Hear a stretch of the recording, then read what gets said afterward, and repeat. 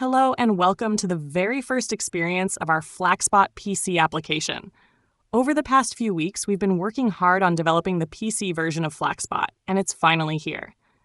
In this session, I'll be showing you how to set up flaxbot after installation, so you can get the best and smoothest experience possible.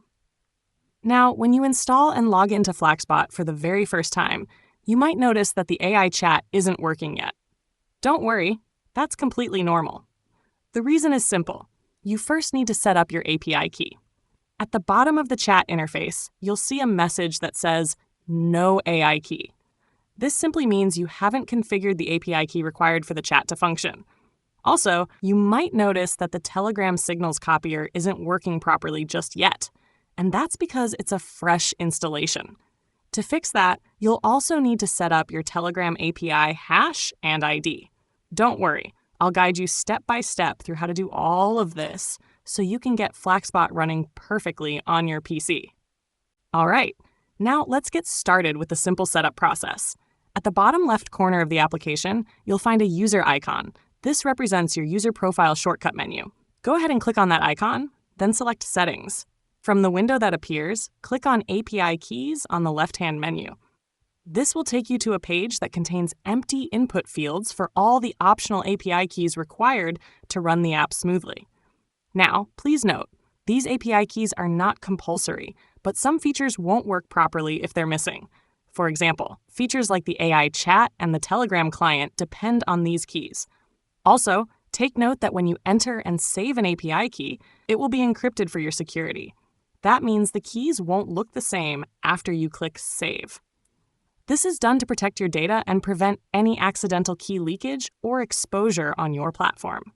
For each API key section, you'll see a link provided. You can use that to register and get a free API key. Now, when it comes to the AI API keys, you don't need to get all of them. You only need one for the AI chat to work. However, if you prefer to add multiple AI API keys, that's totally fine too. Next, for the Telegram API hash and API ID, simply follow the provided link, log in with your phone number, and follow the easy steps to generate your keys. It's completely free. As for the Tavily API, this is an AI web browser feature. You can also get a free API key from the Tavily website after registering. If you prefer not to use Tavily, you can instead install a custom Chrome browser plugin for your AI. And don't worry, I'll show you exactly how to do that in a moment. Once you're done adding your API keys, scroll to the bottom and click on Save. When you do this, your keys will be encrypted again for protection. And remember, only your PC can decrypt them.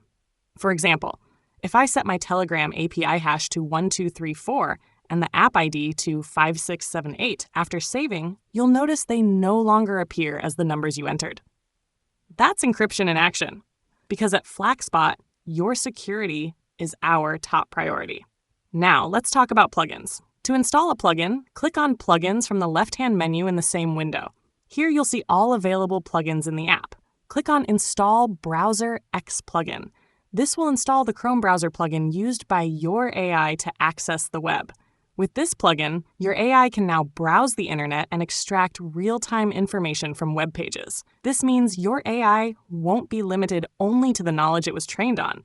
It can now search and learn from live data on the web. Moving on to the upgrade section.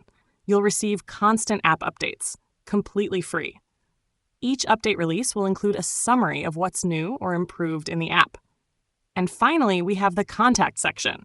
Here, you can reach out to the flaxbot team through any of the listed channels. We always do our best to respond as quickly as possible. And that brings us to the end of this session. In the next video, I'll walk you through how to use some of the key features inside the app. Thank you for watching, and I'll see you in the next one.